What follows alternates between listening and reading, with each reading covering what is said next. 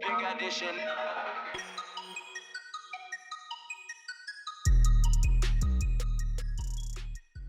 Este episódio tem o patrocínio da Editora Self. A Editora Self é centrada em trazer-te os melhores livros dos melhores autores a nível mundial nas áreas de negócios, empreendedorismo e finanças pessoais, mas também nas áreas de nutrição, psicologia e mindset, para que a tua vida seja mais fácil e possas criar o teu próprio caminho de aprendizagem ao longo da vida. Estes best-sellers internacionais partilham uma atitude de aprendizagem das técnicas que nos permitam vencer as nossas dificuldades e os nossos desafios. Eu sou, obviamente, um ávido leitor destes livros, seja porque quero ter uma vida mais saudável ou umas finanças pessoais mais saudáveis, ou mesmo porque quero criar hábitos que me permitam aproveitar melhor a minha vida e o meu tempo. Procura o teu próximo livro e constrói o hábito de leitura na tua vida. Eu considero que a leitura é provavelmente o hábito mais determinante na tua vida e na tua carreira, e é das experiências mais transformadoras que tu podes fazer. Se quiseres consultar o catálogo da Self, podes fazê-lo no link www.editoraself.pt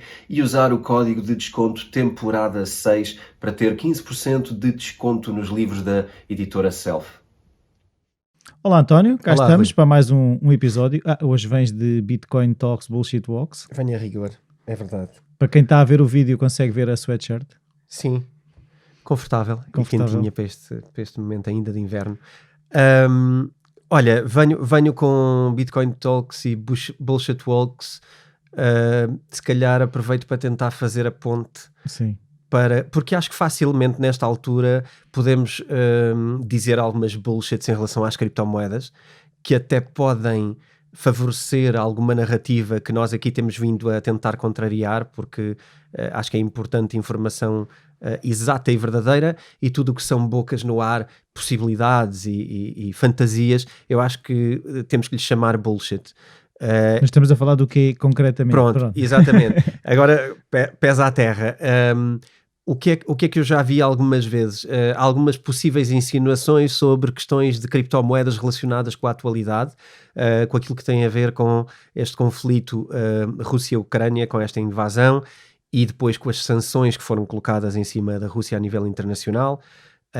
Eu percebi que vai aqui uma grande confusão, não só ao nível das sanções que estão a ser feitas, porque parece que é uma coisa, mas na verdade algumas coisas não são exatamente o que as pessoas estão a pensar que são.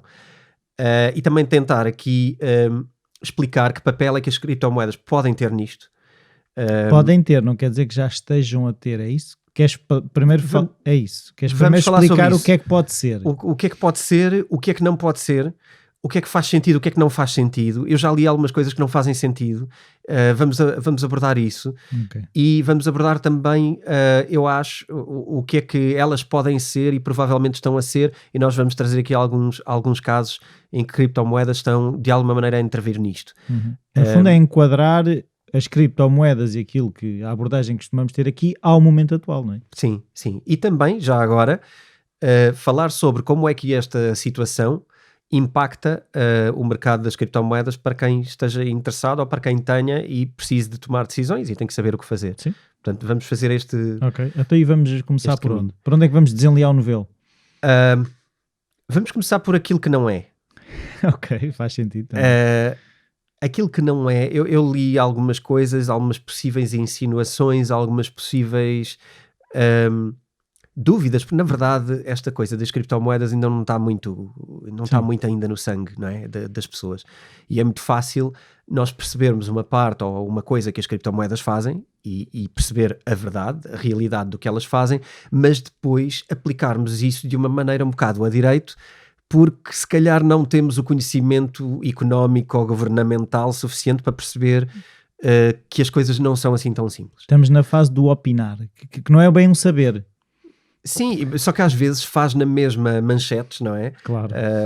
Em jornais. Para fazer manchete qualquer coisa serve. E em artigos. E isto ocorreu-me porque eu esta semana escrevi um artigo também para um jornal, que uma jornalista convidou-me para participar e escrevi sobre isso. E trago para aqui aquilo que me foi surgindo, porque percebi que Obviamente que eu fiz uma resposta curta, não é? Os jornalistas trabalham com caracteres e coisas, há limites para tudo. Nós aqui temos um bocadinho mais de liberdade para explicar as coisas de raiz, e eu achei que merecia ter tempo para explicar o que é que se passa, não é? Qual é que é a premissa que eu quero pegar para dizer o que não é? O que não é dizermos que as criptomoedas agora podem se tornar perigosas porque talvez a Rússia vá contornar o sistema financeiro usando criptomoedas. Já percebi. Deixa-me dar um passo atrás, porque sinto aqui que preciso de uma introdução para quem não tenha lido todas estas coisas. Uma das sanções colocadas pelos países na Ucrânia, portanto, a Ucrânia obviamente está em campo de batalha, não é? Está em guerra. As outras nações europeias, da NATO também, e as outras europeias da não NATO, e também os Estados Unidos e outros governos, tentaram criar um conjunto, e estão continuamente a tentar criar conjuntos que permitam punir a Rússia de uma forma não militar. Ou seja, criando dificuldades no movimentar de dinheiro e coisas assim. Sim, portanto é outro tipo de guerra, não é? É uma guerra moderna. Embora isto, se nós recuarmos, isto também já faz parte da história, isto já era feito. A questão é que nós, quando estudamos história, só estudamos números e coisas diferentes. Tanques. E tanques de guerra, e achamos que é só aquilo, e os filmes retratam muito isso. Depois é importante explicar como é que também há outras coisas a mexer nos bastidores e como é que isto age. Obviamente que houve aqui algumas medidas iniciais que foram tomadas. Provavelmente isto, para quem vê bastante televisão, isto já está decorado. Para quem não veja tanta como eu, isto pode ser um detalhe melhor de enquadramento. Foram, obviamente, colocados em dificuldade alguns oligarcas russos fora da Rússia, portanto, criar dificuldades à movimentação de dinheiro, criar pressões para que vendessem os seus ativos que não são originais da Rússia, não é? Por exemplo, sei que o Abramovich está pressionado para vender o seu Chelsea. clube de futebol, não é? Obviamente que provavelmente isto não parte da vontade dele agora, mas também poderia, porque de facto a vida ali vai ficar difícil. A notícia que eu ouvi é que ele já disse, agora é aquela coisa de nunca sabemos, que ele já tinha pensado nisso antes. Pronto. Não sabemos. Poderia, não é? Mas pode ser. Mas calha de estar a acontecer agora. Agora é coincidência. Que financeiramente, de certeza, não é o melhor momento para ele vender. Teria vendido muito melhor, de certeza, sem pressão. Agora, a vender com pressão, obviamente que as coisas mudam na capacidade negocial. Sim, e quem quiser comprar sabe isso. Quem quiser comprar sabe isso. Por isso é que eu falava da capacidade negocial, vai ser outra, não é? E provavelmente até terá por baixo do tapete das negociações, se calhar tem prazos e coisas para fazer, porque deve haver muita pressão agora para resolver isso. E quem diz isso diz um milhão de coisas. Falei deste caso porque toda a gente conhece, inclusivamente porque ele tem nacionalidade portuguesa também. Há pouco tempo, não é? Sim, eu creio que ele aproveitou uma situação que o Estado português deu relativamente aos descendentes de judeus. E creio que ele será o caso dele, ou pelo menos conseguiu fazer com que fosse de alguma maneira e conseguiu a nacionalidade. Portanto, eu acho que ele tem 3 nacionalidades, entre elas russo. Mas enfim, a vida destas pessoas, e principalmente as mais visíveis, vai apertar um bocado e está a ser apertada pela grande malha da finança internacional, para colocar pressão nos decisores russos. Um bocado também é assim, é uma pressão indireta, não é? Sim, e parece-me inteligente, não é? Como é que tu pressionas um líder imagina um líder, eu não estou a dizer que é o caso, mas se for um líder impenetrável, se for um líder intransigente e que é incapaz de negociar, a melhor maneira de o poderes pressionar é pressioná-lo com pessoas poderosas neste caso da sua nação, não é? Do seu país. Sim, e que, pelo que sabemos, são próximos, ou seja, o Abramovich teoricamente é próximo do Putin. Não é? Pois, mais uma ajuda seria.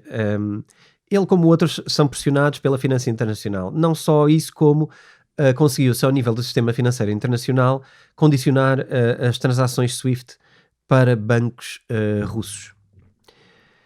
E aqui já começa a conversa a complicar um bocado, porque fala-se muito desta medida, fala-se muito do impacto disto e etc. É preciso perceber aqui algumas coisas que eu fui investigar um bocadinho para ir um bocadinho mais a fundo. Então, para já, SWIFT para quem não saiba, SWIFT nós usamos frequentemente nas transferências bancárias, é um sistema de transferências, é uma empresa privada, belga, Portanto, não é americana. Foi pressionada pelos americanos profundamente, claro. Mas é basicamente a empresa que gera se calhar cerca de 70% das transferências, mais que isso, das transferências internacionais, do mercado de transferências internacionais bancário. Mas como é que uma empresa privada consegue... Quer dizer, estava a pensar, esquece. Agora estava a pensar, a Visa é a mesma coisa, também gera transações e também é uma empresa privada, não é? Sim. É uma empresa privada, calhou de conquistar... É um serviço como outro qualquer. Neste caso é um serviço de gestão de transações. Sim. E existem outros, já agora. Pois é isso. Existem outros. O Swift não é o único. Aliás, muita gente a esta parte poderá já não saber, a Rússia tem um sistema também igual ao Swift, e que também funciona para transferências internacionais. Também há bancos estrangeiros que a usam, mas a percentagem é muito baixa. Mas numa fase destas pode continuar a usar, por exemplo. Claro, sim. Pronto. Esse sistema está plenamente liberto, pode continuar a utilizá-lo. O sistema Swift é puramente uma empresa que faz transações daqui para ali, não é? Como se fosse uma blockchain. Vamos falar agora para o pessoal que vê o mundo mais ao contrário, que é isto é a blockchain, é o serviço. Não é a moeda, é o serviço de transação. Também não é o exchange, também não é o banco. Não é o banco que está aqui a congelar nada, ok? É neste momento o Swift, e quando se fala de transações Swift foram bloqueadas, estamos a falar de a empresa Swift bloquear transações. Bloqueou os nodes russos. Os nodes russos que não conseguem enviar nem receber. Agora, qual é que é aqui a outra questão? Para já a Rússia está a trabalhar profundamente no seu sistema, assim como a China, precisamente por este tipo de situações. Claro, para ficar, ou seja... protegido para, se o quiserem atacar por aquele lado, tem um sistema de backup. Nos últimos anos eles têm trabalhado profundamente nesse sistema. Ainda assim, o sistema está altamente dependente do Swift. Agora, qual é que é aqui a falácia desta conversa toda? A Swift bloqueou 7 bancos russos. E quantos bancos russos é que há? Mais de 300. Então isto é fumaça. Não sei se é fumaça, mas... É fumaça. Se estamos a falar de bloquear 7 e são 300, é fumaça. Pois. Porque imagina que eu tenho o banco A que está bloqueado, tu tens o banco B que não está bloqueado. Mas eu, como banco russo A, posso transferir para o banco russo B e o banco russo B pode continuar a operar. E eventualmente sim, se tiveres outro sistema de transferências poderás usá-lo. Se tiveres simultaneamente o Swift e o outro, claro, poderás obviamente transitar o dinheiro para outro banco russo que depois consegue fazer, claro, Swift inclusivamente. Claro. Portanto, logo aqui temos uma questão para perceber, que é... fumaça. Foi 7 e vai ser muitos? Ou foi 7 e já estamos contentes porque a notícia já circulou pelos meios? Já fez manchete. Temos que perceber o que é que estamos a fazer de facto. Agora foram escolhidos, não é? Os 7 bancos provavelmente serão os mais populares. Os 7 maiores. Talvez os 7 maiores. Não sei dizer quais são, não encontrei essa informação e também não a procurei. Mas pareceu-me logo que de 7 para 300 estamos aqui numa coisa muito diferente. E portanto, quando vem a conversa da possibilidade de a Rússia adotar criptomoedas porque o Swift bloqueou os bancos, é uma não conversa. Sim. Porque então primeiro o Swift tem que bloquear os bancos, não é? Que é para depois a Rússia ter mesmo as mãos atadas, porque dentro da Rússia não vai haver questão, não é? Acho que isto não vai ser uma conversa. Sim, isso é o mesmo que jogar à cabra cega só com o olho tapado, não é? Daquelas coisas, tipo, tu consegues ver na mesma, não é? É jogar às escondidas, mas estar a ver. Pois, se calhar é. Aí eu acho que temos que perceber melhor o que é que vai acontecer, o que é que não vai acontecer, e não vale a pena irmos para cenários que só nos vão permitir fazer uma manchete a dizer Rússia poderá usar criptomoedas para... Mas quer dizer... Claro, primeiro vamos falar dos 293 que faltam. Falta muita coisa. E depois há outra coisa que é percebermos como é que os governos funcionam e porque é que isto é uma fantasia e não faz muito sentido. Eu não quero aqui fazer julgamentos de valor com quem acha que isto é possível. É perfeitamente... Aliás, eu próprio... Tudo é possível. Eu próprio, no primeiro momento que começaram a querer criar sanções, a primeira que eu pensei foi fechar a Rússia financeiramente para fora. E depois pensar se a Rússia poderia usar criptomoedas. Portanto, isto parece-me inteligente. Se é que eu me acho inteligente e pensei nisto, também acho inteligente que outras pessoas pensem nisso. O que eu acho é que para fazermos esse tipo de notícia era melhor fazer esta. Sim. De não dá por causa disto. E olha, o Swift afinal foi só 7. Isto parece-me até uma notícia mais interessante de fazermos. Foi só 7. Quando é que vamos fazer os outros 293? Sim, mas aí essa notícia passa um bocadinho mais a mensagem de estamos a fazer alguma coisa que está a ter impacto de facto na economia russa. Se tu disseres que foram bloqueados 7 e faltam 293, tu sentes-te desempoderado e a pensar que nada está a ser feito, não é? Mas repara, como é que eu me quero sentir? Empoderado e enganado ou desempoderado porque sei a realidade, não é? Depende das pessoas, é o que eu estou a dizer. Pois, ok, é certo. Eu acho que quanto mais, e é assim, acredito que quem nos ouve por isto, porque sim. a parte das criptomoedas não joga bem com o cinismo, não joga bem com a mentira, não joga bem com as fake news, não joga bem com nada de manipulações de mídia, nem de governos, nem de nada disso. E portanto, eu aqui a nossa mensagem será sempre essa, não é? Trazer o desconforto para percebermos a realidade, porque é desta maneira que nos protegemos para a verdade, para aquilo que pode acontecer. Não quero dizer que é isto ou que é aquilo, quero dizer que se soubermos que pode não ser, estamos mais preparados para nos defendermos de... Sem dúvida, porque se tu não conheces a realidade, não é? Eu acho que já disse essa frase que eu aprendi com uma amiga, que é, por muito má que seja a realidade, é a melhor coisa que temos para trabalhar. Pois. E é isso, é que se eu não souber a realidade, todas as ações que eu esteja a tomar podem estar muito longe daquilo que deveria estar a ser feito, não é? E neste caso eu acho que pronto, esta punição não é ainda muito efetiva, mas sem dúvida que fez uma coisa, e também foi isso que eu quis trazer para a ribalta. Essa punição trouxe uma notícia mundial de bloqueio internacional, de bloqueio financeiro para investimentos. O que é que isto trouxe atrelado? E esta é a minha contribuição para a coisa, de modo económico. A moeda russa caiu 30% nessa semana. É muito. Se tiveres 100 mil rublos, passas a ter o equivalente a 70 mil, não é? Até devíamos falar de outra maneira. Se tiveres rublos equivalentes a 100 mil euros, vais passar amanhã a ter, durante uma semana, passas a ter rublos equivalentes a 70 mil euros. Portanto, a tua riqueza toda, se fores russo e não tiveres moeda fora, foi cortada em 30%. Eu creio que nós já tocámos isto minimamente por alto da última vez, mas esta é uma das razões fortes, que é causar insegurança no sistema financeiro russo, insegurança na moeda russa, na economia russa. A bolsa russa não existe, não é? Neste momento, e portanto é uma punição que me parece grande. Também é importante aqui percebermos que, em termos de fechar, queria só deixar esta nota, em termos de fecharmos uma economia, percebermos que nem todos os países tomam posições iguais. E, portanto, muito do comércio internacional russo vai continuar a acontecer usando aqui países pivôs como falsos exportadores ou falsos produtores. Eu importo para o meu e depois vendo para o teu. Sim, eu não posso negociar com o João, não é? Mas tu podes. E tu também podes negociar comigo. Portanto, eu negociei contigo. Olha, compra lá aí. É um bocado aquela coisa que a gente vê nos filmes E nós que, pronto, também se fazia cá, que era uma pessoa que não tem idade para ir comprar bebidas alcoólicas, pede a alguém, vai lá comprar bebidas e pronto. Sim, há isso. Também há um filme muito engraçado que eu aconselho a ver. Eu acho que é um filme muito interessante para percebermos como é que os governos também funcionam em tempos de guerra. Ou fora de tempos de guerra, mas funcionam em relação ao armamento. É um filme com o... ele chama-se qualquer coisa Noah, que é sobre negociantes de armas. O filme é meio cómico, é engraçado. Ele é muito conhecido, ele faz muitos filmes cómicos. Agora eu não te consigo dizer o nome dele. É qualquer coisa Noah, ou Noah... Não sei. Noah qualquer coisa. Ele faz alguns filmes. E agora falha-me o nome do outro rapaz também. Seth Rogen? Sim, exatamente. Sim. Eles dão-se, e eu sei que são amigos pessoalmente. Há ali um grupinho que se conhece e que já fez vários filmes. Não é juntos. aquele do Lobo de Wall Street?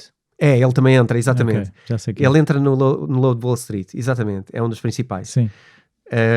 E pronto, eu aconselho a ver esse filme, porque no filme acontece precisamente isto em relação ao armamento russo.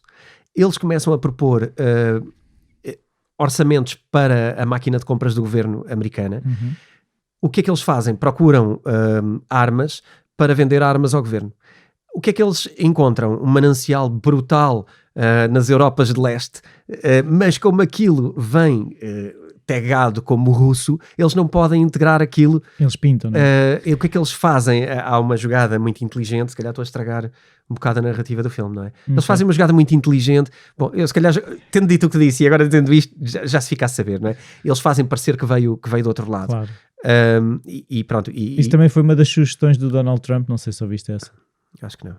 Então o Donald Trump sugeriu pôr autocolantes com a bandeira da China em aviões americanos, bombardear a Rússia e deixar depois que eles se matem. Foi uma das sugestões do Donald Trump. Ok, pois agora pode dizer, já podia dizer muita coisa, agora pode dizer mesmo tudo e pronto, acho que ele deve gostar de fazer esse boneco. Esse boneco, sim. Acho que ele gosta de fazer esse boneco engraçado. Deve ter muitos retweets, de certeza. De certeza. Pronto, então, para explicar só essa possibilidade. Sobre criptomoedas, vamos trazer aqui a conversa um bocadinho mais para o lado positivo das criptomoedas, o que é que elas podem fazer, o que é que pode ser interessante. Repara, nós falamos que se calhar quando estamos a pensar em termos governamentais foi interessante a ideia de que a moeda russa perdeu 30% numa semana, porque é uma clara punição para o Putin, não é? Ter que lidar com isto dentro. O que ele fez está a gerar coisas que estão a cair 30% da economia russa numa semana. E isto parece-nos uma vitória internacional. Mas agora precisamos de pensar no que é que isto é humanitariamente. O que é que estamos a fazer às pessoas da Rússia a empobrecê-las com medidas que têm a ver com outras coisas. Sim, é que não é só o bolso do Putin que fica em causa. Não, e repara, se tu fores o Putin, tu tens dinheiro em quantas divisas no mundo? Se calhar nas máximas, não é? Se tiveres o ordenado mínimo na Rússia, só tens mesmo rublos e não tens mais nada. Não, nem tens acesso, não é? Nem tens acesso à economia internacional, provavelmente, nem tens acesso a plataformas de negociação de bolsa americana, não tens acesso a contas em dólares. Quer dizer, se tu pensares bem, quantos portugueses é que têm contas em dólares sequer? Por exemplo, é um bom exemplo. E eu conheço alguns, mas porque tem a ver com negociação. Claro. Agora, fora disso, quem é que tem? Por segurança. Acho que quase ninguém tem, não é? Portanto, quais são os russos que vão ter isso? Ninguém.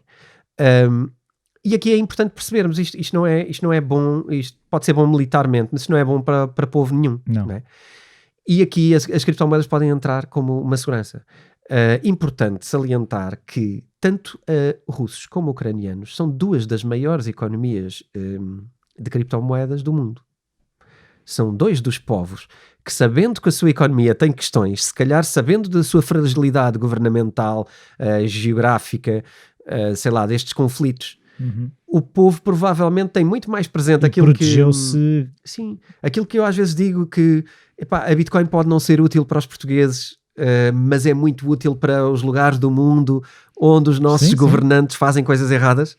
Sim, repara, e até temos o episódio de El Salvador, por exemplo. Temos isso, não é? Temos, quando eu falo nas palestras, eu também já falei aqui do caso do Zimbábue, não é? Quando se leva o carrinho de mão cheio de dinheiro. Porquê? Porque alguém é um ditador, porque alguém está a agir mal com o dinheiro, como aconteceu na Venezuela, como aconteceu na Argentina várias vezes. E estes povos onde isto acontece sabem isto melhor. Gato escaldado, não é? Yeah. O que é que tu percebes aqui? 1 em cada 4, 5 ucranianos tem criptomoedas. Portanto, esta é a estimativa. São 5, 6 milhões. Esses estarão mais protegidos nesta fase, talvez. Sim, claro que isto acelerou. Houve um crescimento grande em tudo o que se pode saber. Sim, acelerou porque não só quem tinha refugiou-se mais, porque ficou evidente, não é? Como muita gente que não tinha descobre rapidamente. Isto a palavra circula. Sim, é? Olha, tens de pôr o dinheiro ali, senão... E eu gostava de trazer a ideia porque é que isto trouxe justiça. Ok. E tu achas, assim, tu falaste que os ucranianos compraram mais, os russos também? Sim. Claro. Os russos também. Mas estamos a falar do povo, não é? Claro, sim. Quando começaram a ver, epá, isto vai dar para o torto... A Rússia não é só um lugar de grande cultura de criptomoedas. Aliás, tu vês que muitas pessoas e developers de criptomoedas, muitos têm nomes de leste. Eu não estou a dizer que eles cresceram lá, estudaram lá, sim, etc. Mas têm uma afinidade qualquer. Mas são mentes, não é? O próprio Vitalik é russo, não é? É russo-canadiano, mas é russo. Portanto, tu tens ali uma cultura muito grande. Tens o Pavel, criador do Telegram, por exemplo. Que engraçado, o outro dia enviaram-me uma notícia de alguém que tweetou que o Telegram estava a espiar para a Rússia. Porque era do russo, do Pavel e etc. E eu só pensei, pode-se dizer qualquer coisa porque ninguém vai validar nada. Exato. O Pavel, para quem não saiba, é uma figura meio super-herói das criptomoedas. Ele é uma figura engraçada, veste sempre preto, uma gabardina, é muito Matrix, é muito aquela onda de fantasia. Ele tem uma equipa muito fora do normal. A equipa do Telegram é uma equipa que viaja constantemente.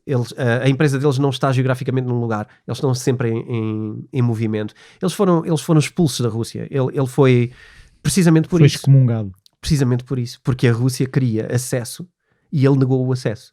Ele teve vários encontros e negou o acesso, e isso é público, e ele fez declarações, e portanto ele teve que sair da Rússia porque a vida complicou lá para ele. Claro. E portanto é a tal coisa, quer dizer, há tweets e retweets e de repente é uma barbaridade porque a gente... Mas depois, para chegares, ou seja, se calhar a pessoa que chega o tweet da notícia enganosa depois não vai procurar a verdade. Sim. Mas pronto, é só para falarmos de similaridade ou de conhecimento ou facilidade de acesso ao conhecimento entre russos e criptomoedas. Também há uma quantidade de mining elevada na Rússia, dados os preços da energia lá também serem mais baixos e o facto das pessoas procurarem fontes de rendimento super independentes. Portanto, a Rússia está cheia de pessoal do mining. Aqui sobre a justiça eu queria só salientar uma coisa, que é ambos os povos, a meu ver, eu não conheço e não tenho conversado com muitos russos nem com muitos ucranianos, mas daquilo que vou percebendo, ninguém está especialmente interessado nesta guerra. Isto não vai ser bom para a pessoa comum que vai para o trabalho e volta do trabalho. Portanto, quem é que tu consegues aqui trazer alguma justiça, trazer alguma possibilidade de escapatória? É a russos e ucranianos, que são os povos que estão a sofrer com as decisões lá de cima. E isto é interessante, porque se não houvesse criptomoedas, tu não tinhas forma de te proteger. Sim. Tinhas rublos e podias contar com uma vida dos próximos teus 20 anos, se calhar, com problemas. Tanto tu tens agora muita gente que está a começar a sair da Rússia, muitas cabeças, muitas intelectualidades, que estão a dizer eu acabo de desistir de contribuir para levantar este país. Claro. Porque não se identificam e saem. E quando tu não te identificas com a moeda... Sais porque podes. Pois. Não é? E eu acho que aqui é muito interessante vermos isto, porque isto é a verdadeira mensagem das criptomoedas. O povo não tem culpa e sai. E isto é muito interessante. Eu acho que vamos ver mais casos disto por aí fora. E eu acho que isto é a verdadeira relevância das criptomoedas. Certo. Ou seja, pelo que tu estás a dizer e pelo que eu estou a entender, as criptomoedas têm a ver com essa instabilidade, ou seja, as pessoas têm ali nas criptomoedas um mecanismo de refúgio em caso de instabilidade. Quando há estabilidade não há tanta apetência para as criptomoedas, é isso? Sim, ou havendo apetência é por outros motivos. Para ganhar dinheiro. Sim, no livro que escrevi em 2018, desde a primeira versão do livro, esse? que é este, e esta é mesmo a primeira versão do livro, para quem tenha acesso aqui à câmara, no YouTube, que nos possa ver em vídeo. Nesta versão já está a dizer que aqueles que mais precisam são aqueles que têm moedas em dificuldade, que têm situações governamentais difíceis, que possam ter uma guerra, que possam ter uma instabilidade, e já falámos aqui hoje de alguns exemplos de países assim. E aqueles que têm a gasolina a 2 euros? Pois, vamos falar desses agora. Porquê? Porque inicialmente nós achávamos que isto estava muito longe daqui. Este cenário que eu conto no livro, que é, está longe daqui, eu digo, não está, porque são mais as moedas no mundo que caem do que as que nunca caem. Portanto, não está longe daqui, mas nós achamos que está. E, portanto, nós não vemos essa funcionalidade para as criptomoedas, mas ela existe. O que é que nós estamos agora... E portanto, o que vemos é a possibilidade de ganho, a possibilidade de especulação. Tudo ok. E eu digo sempre, quem quiser especular e usar para especular, também dá. Claro. Mas isto é genial, é para outra coisa. E agora vamos começar a perceber melhor isso, repara. A pergunta que toda a gente também pode estar aqui a fazer é como é que isto afeta o euro? Claro. Que é o que tu estás a dizer. Sim. Não foi diretamente, mas estamos a ir para esse caminho. Para o nosso bolso? Não há hipótese nenhuma, em primeiro lugar, tu não veres uma desvalorização forte do euro também. Mas normalmente quando há desvalorização de umas coisas não há valorização de outras. Repara, isso é quase uma não... filosoficamente, se tu te baixas, tudo ficou mais alto, não é? Se tu deitas no chão, tudo cresceu. Portanto, aqui a dificuldade muitas vezes é tu perceberes se foi tudo que subiu ou se foi ele que desceu. Ok. O referencial muda logo. As coisas ficam diferentes, não é? Abre-se um gap, abre-se uma distância entre o euro e o dólar. E tu pensas, foi o dólar que subiu ou foi o euro que desceu? Epá, tu tens outras formas de perceber a moeda. Mas claramente aqui o euro está a descer. E está a descer, como é óbvio, porque existe um risco associado a isto. Nós estamos na Europa, agora é o que é, amanhã pode ser outra coisa e... Sim, pode a guerra alastrar e não ser só ali naquela zona. A guerra pode alastrar sem dúvida nenhuma, a guerra pode interessar para fora da Europa, sem dúvida nenhuma, e não sendo isso, vamos pôr um cenário otimista, não sendo isso, há uma coisa que é inegável, que é a Europa tem uma dependência da Rússia energética significativa. E se não tivesse, tem noutras coisas, mas se não tivesse, na mesma seria afetado. No nosso caso, temos uma profunda dependência da Rússia em termos energéticos, que nunca foi resolvida, foi abordada, não é desconhecida, isto foi falado. Já se andava a brincar com isto. Mas Portugal não é só 10%, pelo que eu ouvi, a energia em Portugal, 10% vem da Rússia. Essas coisas são muito difíceis. Porque vinha da Nigéria, por exemplo, o gás natural em Portugal era tipo 39% vinha da Nigéria, não sei quem vinha dos Estados Unidos e 10% é que vinha da Rússia.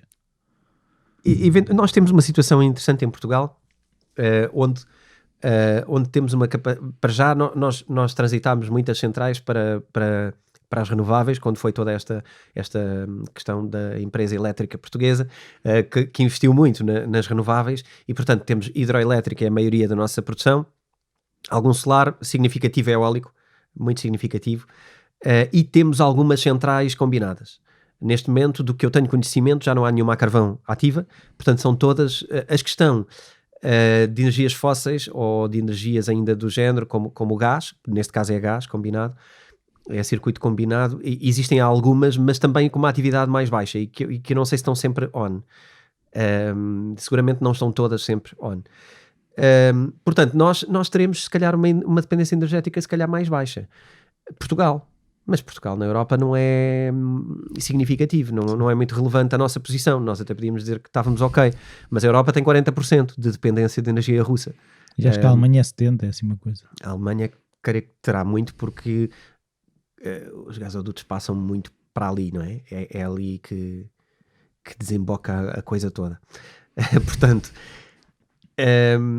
o que é que isto vai gerar? Obviamente que cai a economia europeia, porque todo o acesso a mobilidade e a logística, tu já vês, tu falaste agora dos combustíveis a 2 euros, isto vai continuar. Não esquecer aqui uma coisa, há uma percentagem gigantesca disso que são impostos. Okay. Acho que é 46% na gasolina e 52% no gasóleo ou vice-versa. Pronto. Isso não é tudo consequência, até porque repara, isto tem sido um ótimo negócio para o governo. Eu acho que isto já foi falado. Sim. Acho que isto já foi falado. Não estou a dar nenhuma notícia, acho que isto já se está a falar.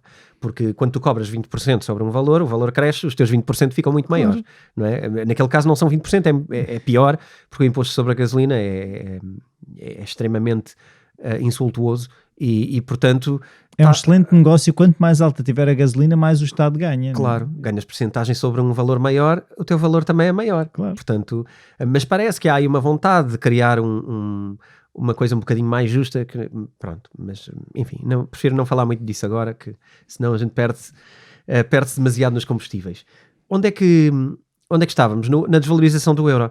É inevitável que as coisas fiquem mais caras, ok? E é inevitável que nesta altura o dinheiro circule para economias não em risco. A nossa economia está em risco.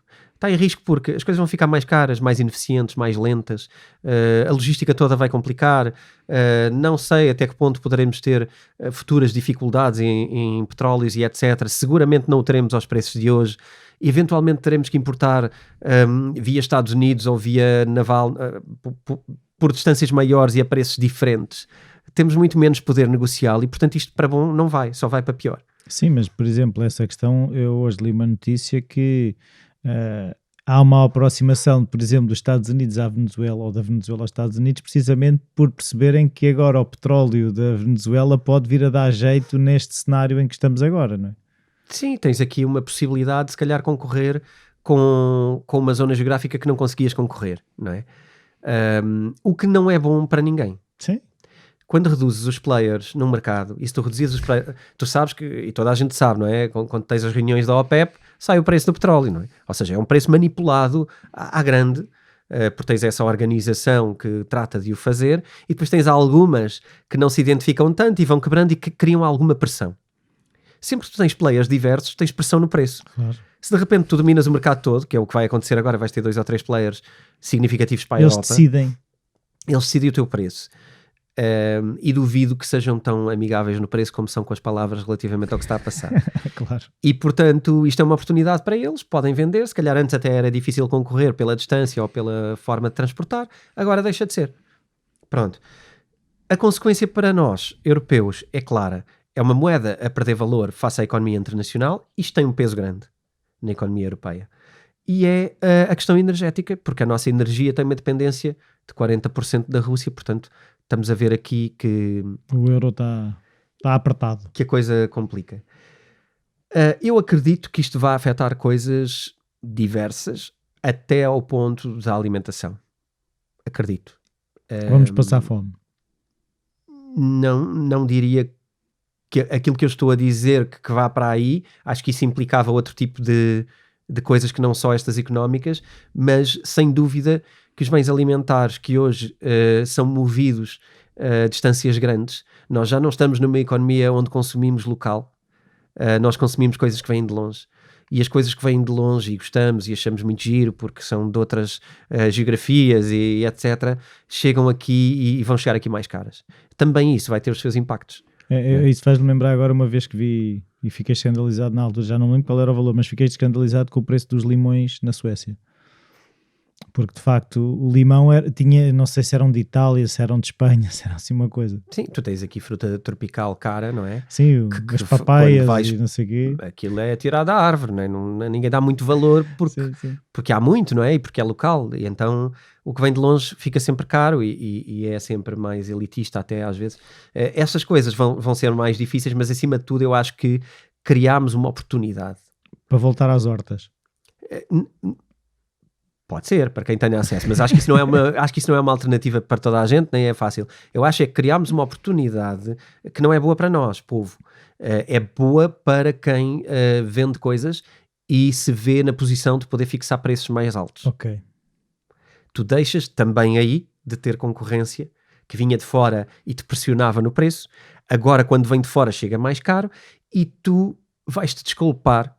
E tu já vês isto a direito. Não consigo vender mais barato. Isto está muito complicado e, portanto, o que está complicado... Eu sei que não são os nossos primeiros intermediários que estão a complicar, não é? Não são as nossas lojas aqui, não é necessariamente a distribuição, as grandes distribuições portuguesas. Não é a mercearia. Não é necessariamente a mercearia de bairro, não é necessariamente os grandes distribuidores portugueses das grandes cadeias de supermercados, não é necessariamente aí, não é necessariamente no produtor que vende coisas para a tua empresa, não é necessariamente ele, mas a cadeia antes dele, que se calhar fabricava a nível europeu, não tem a pressão exterior que tinha antes. Claro.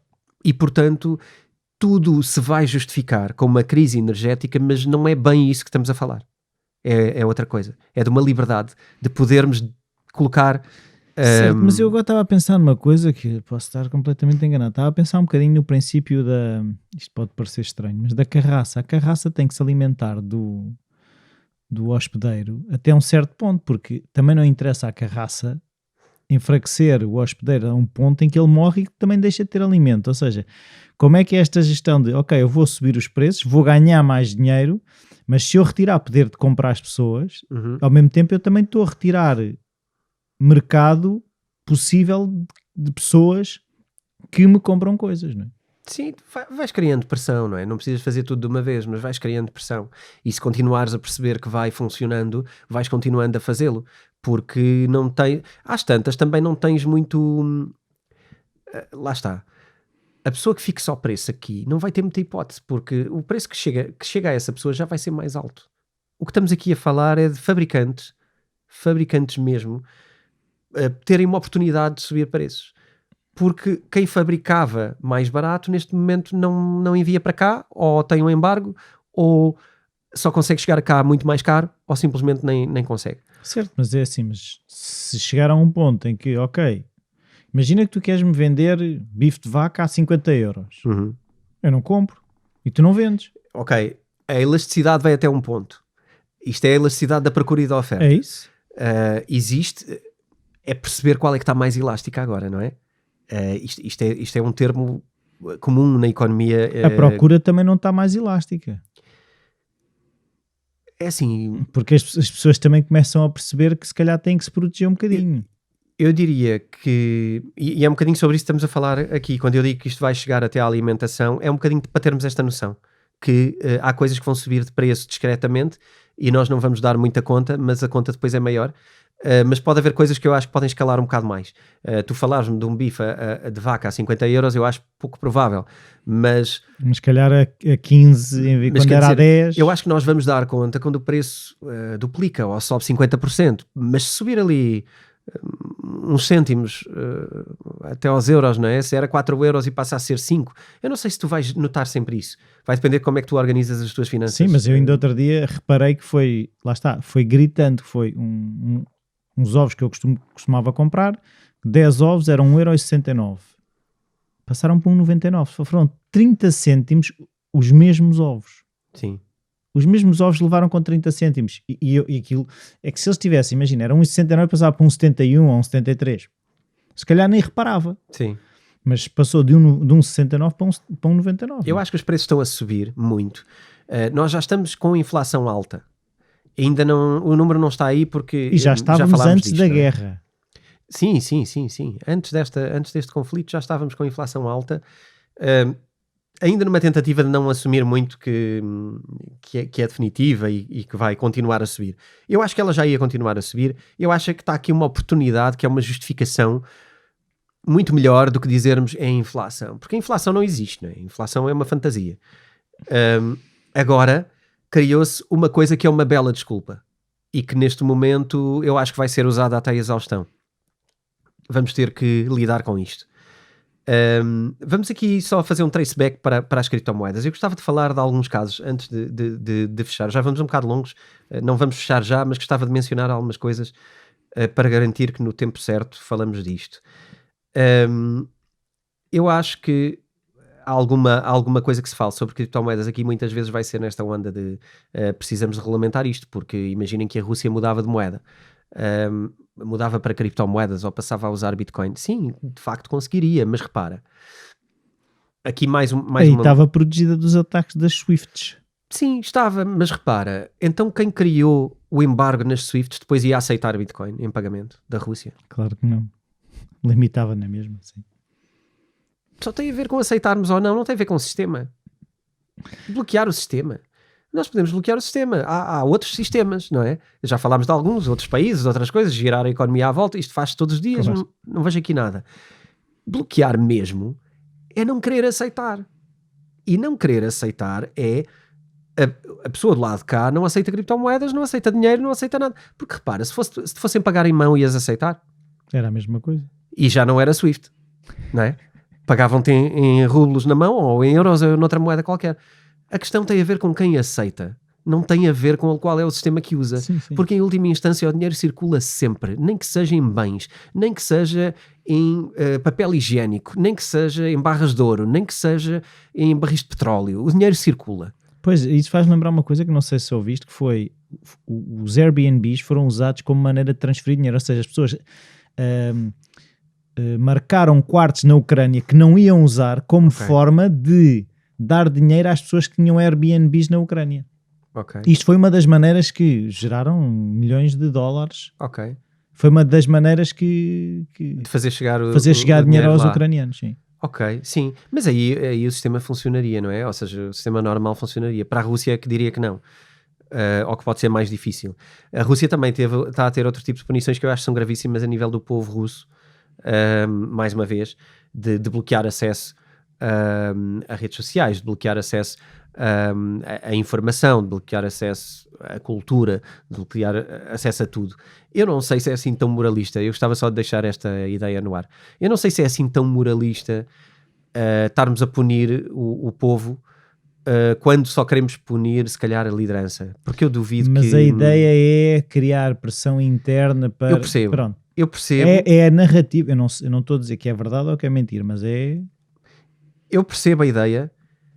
Eu não sei se o povo russo é um povo muito empoderado e se é um povo com muita capacidade de se exprimir. Sim, mesmo que sinta na pele, mesmo que tente reclamar, não tem grande hipótese, se calhar. Daquilo que eu tenho percebido, é difícil representar algum tipo de agitação social na Rússia, tanto que tu viste que em Portugal, inclusivamente, os nomes das pessoas que se manifestavam em frente à embaixada russa eram transmitidos para os serviços secretos russos, com a ajuda dos nossos intervenientes e que deixaram de o fazer, creio eu, deixaram de o fazer, mas claramente vês o tipo de controle que existe, até fora do país. Claro. Portanto, imagina sobre o país e as pessoas que lá estão, não é? Tu sabes que há uns opositores e há umas coisas, sabes que também tiveram consequências de quase morte, não é? Portanto, não é fácil. Eu gostava de perceber nesta altura, e eu não sei se tem circulado alguma coisa, gostava muito de ver o que é que está a acontecer nesse campo. Como é que está a oposição russa neste momento? De certeza que está a ser alimentada mundialmente por outras forças. Sim. Eu acredito mais nisso do que estarmos a privar o povo que vai ter consequências complicadas e que não tem, na verdade, muita capacidade de o fazer. Eu percebo que pode ser um sinal de alerta e pode ser um despertar de consciências. E se for isso, funciona e talvez seja uma boa ideia. Mas gostava só de descolar aqui uma coisa, que é para não acharmos que, boa, cortaram isto aos russos, boa, fizeram aquilo. Epá, são pessoas que não têm nada a ver com isto. E provavelmente estão contra. Certo, mas também há outra coisa que eu outro dia vi umas entrevistas de umas quantas pessoas nas ruas da Rússia a dizer que eles é que estavam a ser atacados, ou seja... sim, propaganda... Ok, mas repara, quando tu cortas acesso a meios internacionais, o que é que fizeste? Não é isso, mas a questão é que tu podes sempre alegar que, estás a ver, estas como é que eu ia dizer, estas sanções são porque estão contra nós.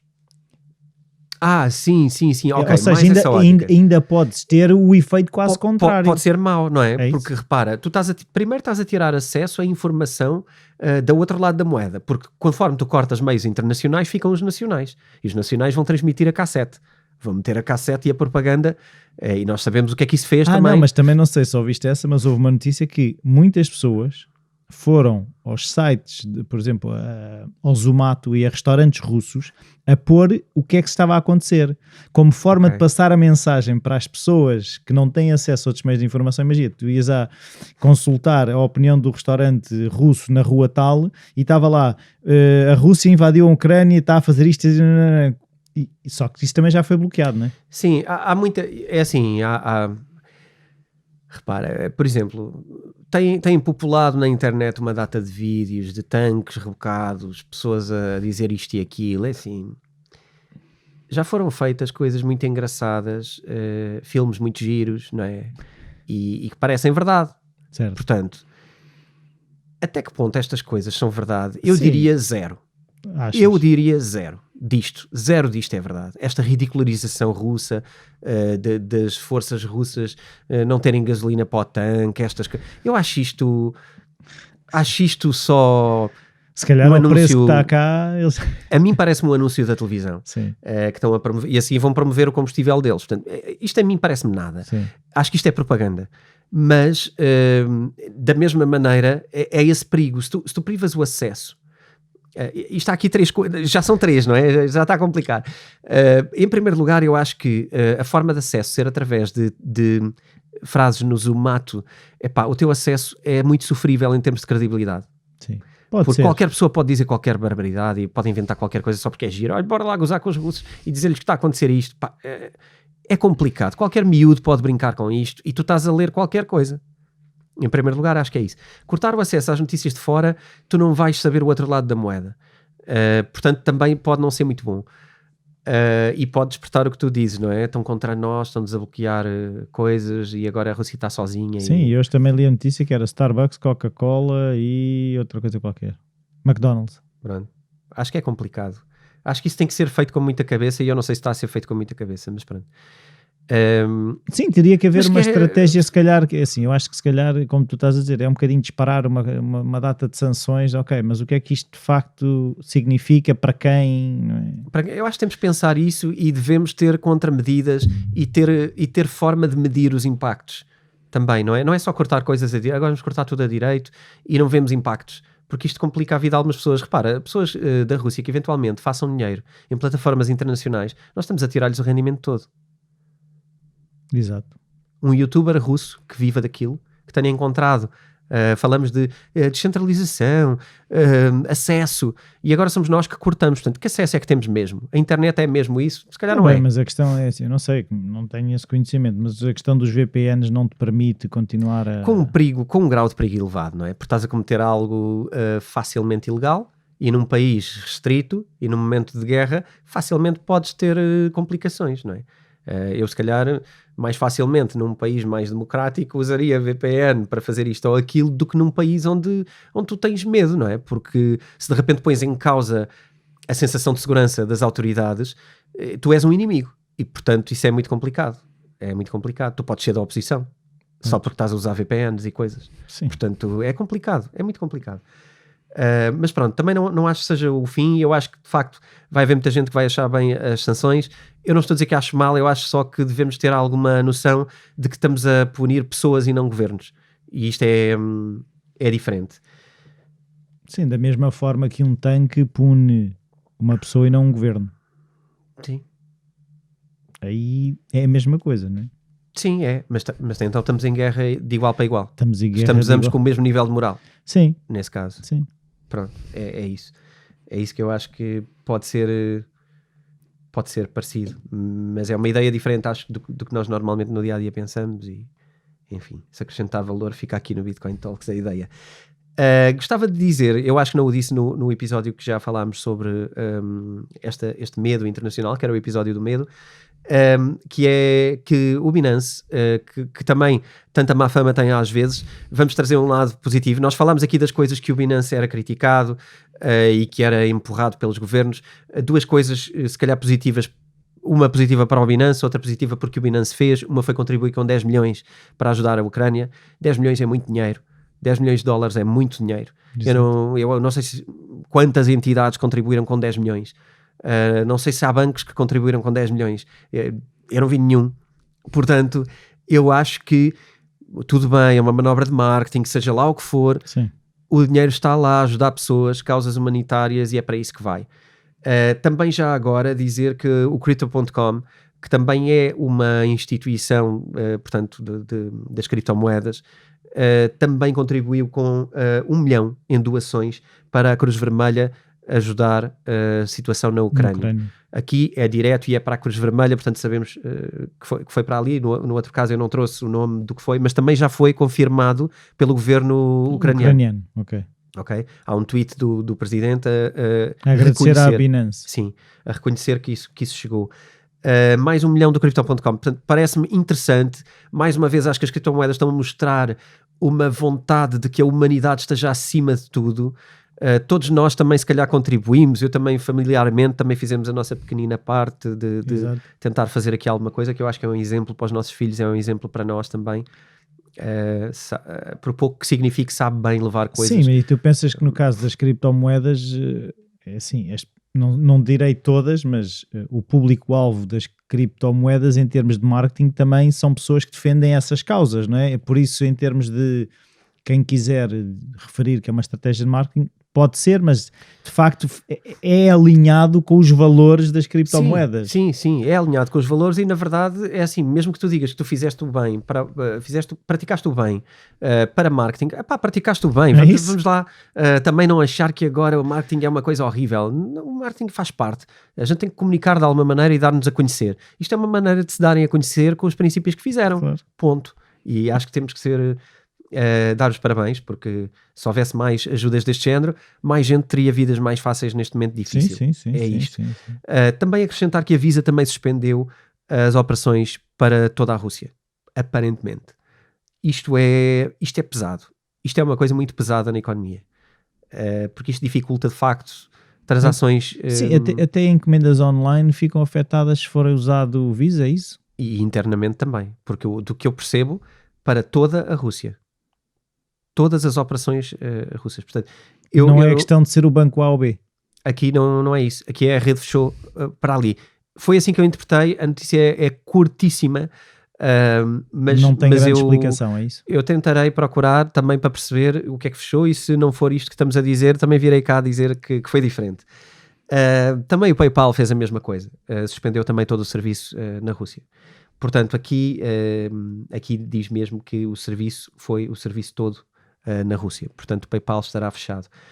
Isto vai trazer dificuldades à economia russa. Pois, a questão é, o que eu estava aqui a pensar é assim, começam a ser muitas, e qual é que é a sustentabilidade disso, tal como tu dizes, até para o comum dos mortais.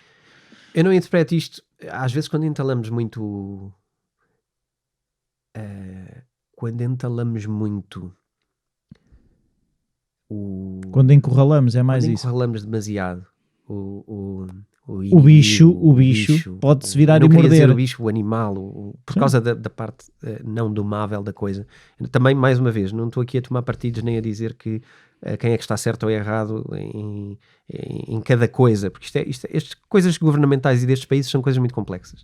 Mas, às vezes, quando apertamos muito a corda, ela pode partir. E eu acho que uma interpretação. Não conheço o Putin, não é? Toda a gente sabe de certeza que eu não o conheço. Eu não não sei como é que ele vai reagir. A questão é, ele não é só ele, são mais pessoas. E aqui a questão é, não me parece fácil a postura de recuar. Ele no momento em que está. Ok, sim. Não me parece fácil recuar. A posição não é fácil. Parece-me que vai ser preciso uma de duas situações. Uma desculpa para recuar. Quase uma concessão internacional para que ele possa voltar para casa com orgulho e dizer, ok, eu pus esta gente na ordem. Vai ser necessário ele conseguir dizer isto em algum momento. Ou eu acho que isto vai ser muito, muito mais grave do que está a ser agora. Porque eu não vejo grande fim, eu não vejo que o lado internacional vá aceitar bem esta ocupação permanente e que de repente seja esquecida. Eu acho que não vai ser esquecida facilmente. O que tu estás a dizer é um bocado do género que é, estão avisados, para a próxima vez é pior. Sim. É qualquer coisa, o compromisso será uma coisa assim. Ou vou recuar um bocado, ou vou chegar aqui a um compromisso, ou vou chegar a qualquer coisa, mas para chegar a um compromisso ele tem que sentir que ganhou, ou tem que poder dizer que ganhou, mesmo que não ganhou nada, mas tem que poder dizer que ganhou alguma coisa, porque não pode voltar para casa. Num país destes, não podes voltar para casa e saberes que perdeste. Se perdeste, é assim, o Putin acabou. E a Rússia, eventualmente, em vez de anexar coisas, vai-se desanexar por totalmente. Ou, eventualmente, haverá alguém capaz de trazer uma nova união, o que me parece muito complicado.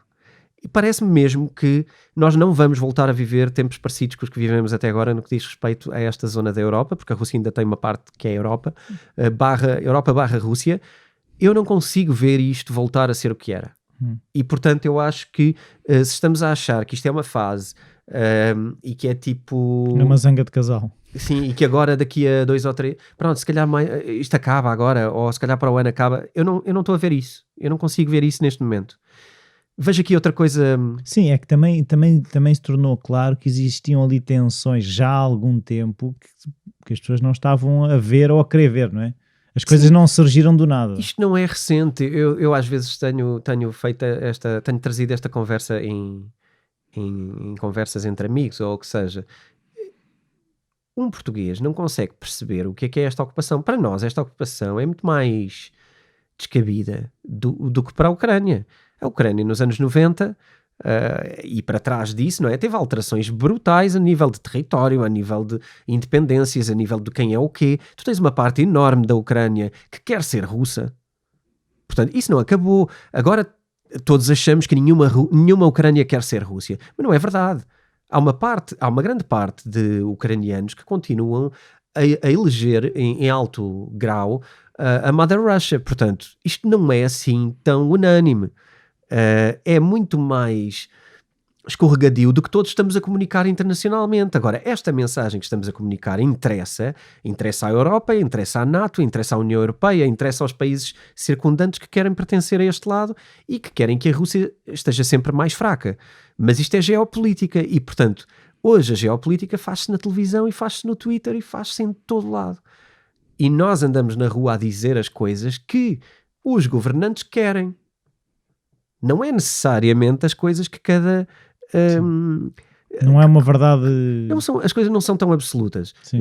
Não me entendam mal, por favor, quem já me conhece há 57 episódios, acho que não vai ter dificuldade. Quem chegou aqui no primeiro episódio e apanhou isto, não interprete mal a ideia de que estou a pensar minimamente para a Rússia ou algo do género. Eu só acho é que para nós... Mas também não é para os Estados Unidos, não é? Não, mas quer dizer... Às vezes estas conversas só são mesmo boas se forem muito profundas. Sim. Eu acho que ser pró alguma coisa, quando se fala de governos, é muito complicado. Quando se fala de países, não é? Ninguém acerta sempre. E lá está, porque todos, nós até como pessoas, nas nossas vidas tomamos decisões que depois nos arrependemos. Até que ponto é que eu posso confiar cegamente numa entidade que é um governo e todas as decisões estão certas? Também não faz sentido, não é? Uma pessoa pode ser pró-António. Mas não assim, quer dizer que vai ter que concordar com tudo o que eu faço. Exatamente. E não quer dizer que um dia não esteja a ver o que eu estou a fazer e me diga, aquilo que estás a fazer não foi assim tão correto. Estás a ver? Certo. E... Sim, mas há esta lógica de ou és do Benfica, ou és do Sporting, ou seja... Pois, eu gosto muito de acabar com essa brincadeira e eu digo sempre, esta conversa está a ficar futebol, estou fora. Está a ficar futebol. Isto é futebol. Estamos a falar de futebol, não é? Às vezes quando se fala de política, o meu pai dizia e diz sempre, não tem dito, mas dizia mais vezes antes, há 3 conversas, não é, que são complicadas, não é? É futebol, e que não política, não é? É futebol, política e religião. Pois, é verdade. Porque eu chamo a todas futebol porque é mais fácil perceber. Sim. Porque no futebol é mesmo... É mesmo acéfalo, não é? É mesmo eu visto-me de vermelho, tu vestes de azul, portanto eu presto, tu não me prestas. E o inverso também, não é? E portanto parte-se daqui para tudo. Mas mesmo tu partes daqui para tudo. Mas mesmo nessas situações eu conheço pessoas que, imagina, se pegam no assunto de futebol e um é de um clube e outro é do outro, aquilo gera uma discussão, mas depois adoram os dois de motas e vão andar de moto. Ou seja, claro. há estas realidades que há uma coisa em que discordam, mas isso não significa que eles não se possam ver à frente, não é? Sim. Cada um gosta do que gosta, não é? Eu percebo perfeitamente, eu não, acho que cada um gosta de ter as conversas que gosta de ter. Era o que faltava virmos aqui agora no Bitcoin Talks fazer essa psicologia e dizer o que é que têm que falar. Eu acho é que quando nós temos esse vício é muito mais fácil fazermos isso com tudo. Claro. E de repente, sim, Rússia, Ucrânia é futebol. Sim, é isso. O que eu tenho visto é que é um exercício quase de não aceitar nada, ou seja, de face value, tipo, ok, ainda outro dia, por exemplo, recebi um vídeo que supostamente estava uma data de corpos tapados com sacos pretos e não sei o quê, que aquilo supostamente era que estava a acontecer agora, e em que depois se vê que o vento estava a dar num dos sacos plásticos que estava a tapar e o próprio morto, entre aspas, estava a segurar o saco para aquilo não se levantar e estavam a dizer, ok, os corpos, afinal isto é uma guerra falsa. E depois, investigando um bocadinho, aquilo era um vídeo sobre uma manifestação anti-guerra. Aquilo era uma manifestação em que as pessoas se taparam com sacos. Não tem nada a ver com a guerra na Ucrânia, mas já estava a ser passado o vídeo em que, ok, estes mortos afinal não existem, isto é tudo uma fantochada. A verdade é engraçado, e isso que disseste é muito interessante, porque isso é 2 vezes uma mentira, não é? É para lá e para cá, porque primeiro é mentira que estão mortos e estão-nos a enganar que há mortos e portanto a guerra é falsa. Segundo,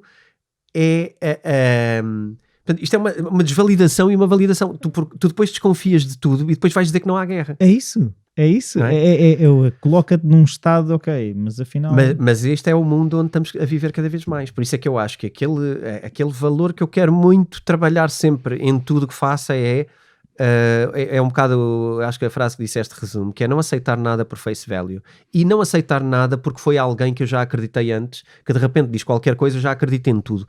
Validar fontes não é só validar uma vez. Às vezes às vezes é esta coisa, quando tu disseste americanos, atenção, eu acho que os americanos devem ser provavelmente a sociedade uma das mais eficientes na maioria das coisas. E um dos países mais eficientes na maioria das coisas. Mas tem coisas que também são muito más. Claro. E como já todos sabemos que eles são muito eficientes na maioria das coisas, se calhar também precisamos de muitas vezes trazer aqui, não é tão bom como isso, olha, tem isto, tem aquilo, tem uma data de situações difíceis. Há países que controlam pela força e há países que controlam pela informação manipulada, não é? E eu acho que temos de estar atentos. Isto não tem só a ver com países, tem a ver com tudo o que nós aprendemos, não é? E então eu acho que é essa questão. Em relação a esta guerra, eu acho que é preciso só pôr esta perspectiva, porque de repente podemos ficar com aquelas ideias dos anos 80, não é? Que os russos comem criancinhas e essas coisas. Ao pequeno almoço. E eu acho que é triste porque isso é ser desinformado. E não devíamos demonizar coisas, não é? Devíamos compreender.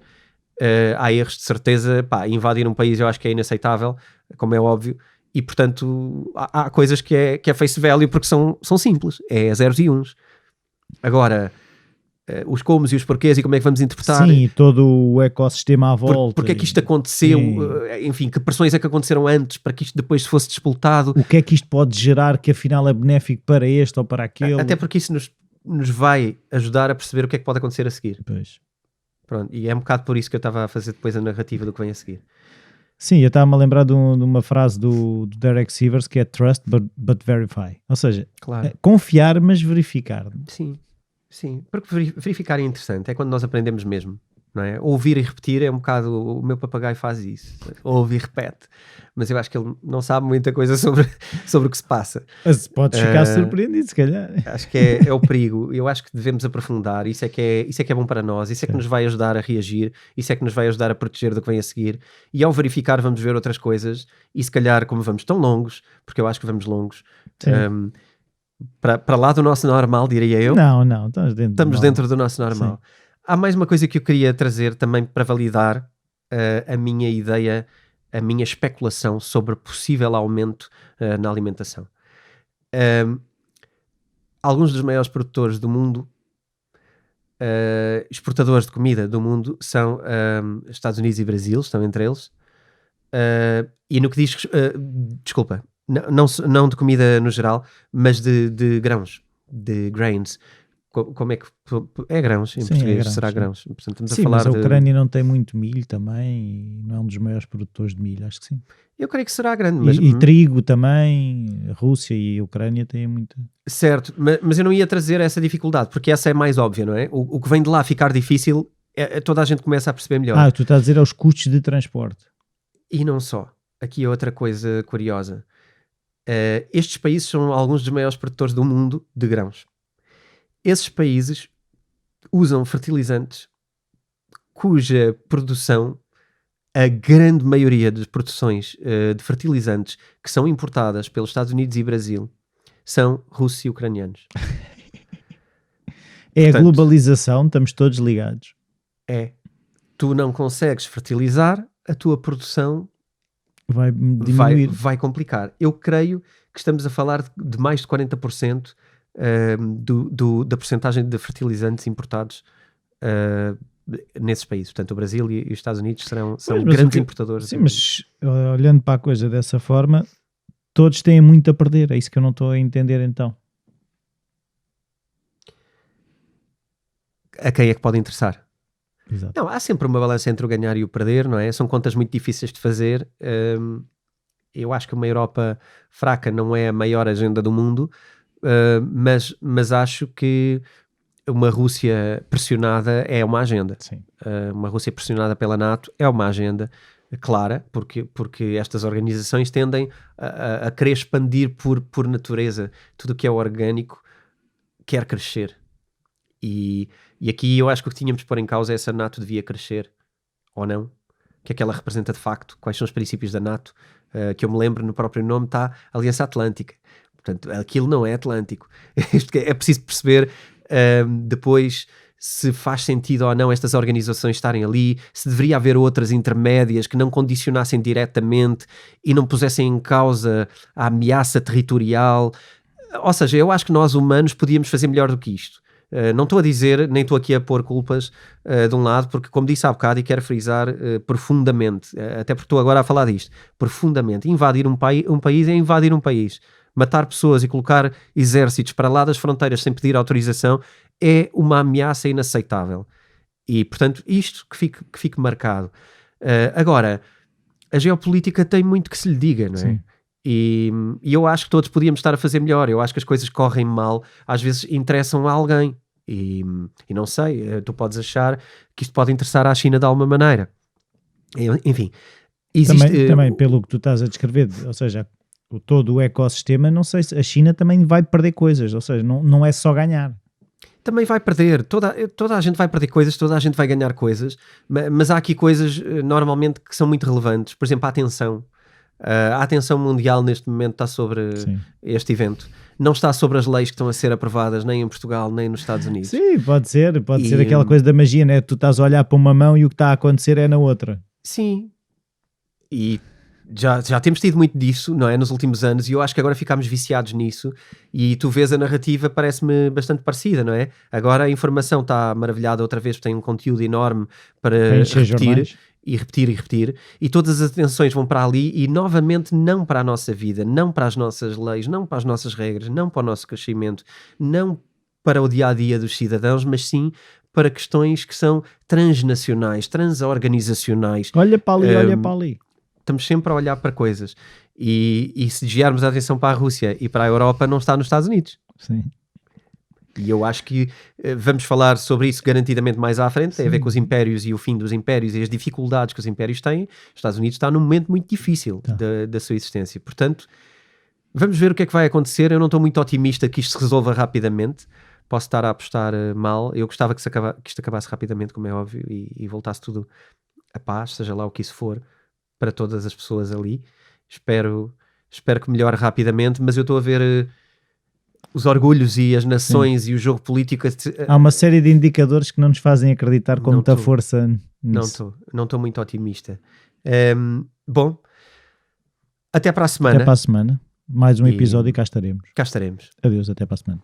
Um minuto para te falar das nossas t-shirts cripto. Para contribuires para o nosso podcast, ou se queres apenas ter uma peça de roupa exclusiva ou algum adereço que te identifica com criptomoedas, vais adorar as nossas t-shirts originais e vais poder ler a história de cada um dos temas que nós criamos. Foram momentos divertidos e criativos na equipa para produzir estes artefactos para fãs. Eu pessoalmente sou fã da Homo sapiens, talvez pelos momentos de ironia que vivemos nesta altura, mas tens outras inspiradas como o In Before Ellen, a preto, a branco, tens hoodies e tens também canecas à tua escolha com temas exclusivos. São mais de 10 produtos diferentes entre canecas, t-shirts e hoodies e que tu podes encontrar acedendo ao site www.editoraself.pt e acede à área Roupa Cripto, onde vais poder encontrar os produtos e as histórias que criamos. Ficamos à tua espera e já sabes, Bitcoin Talks.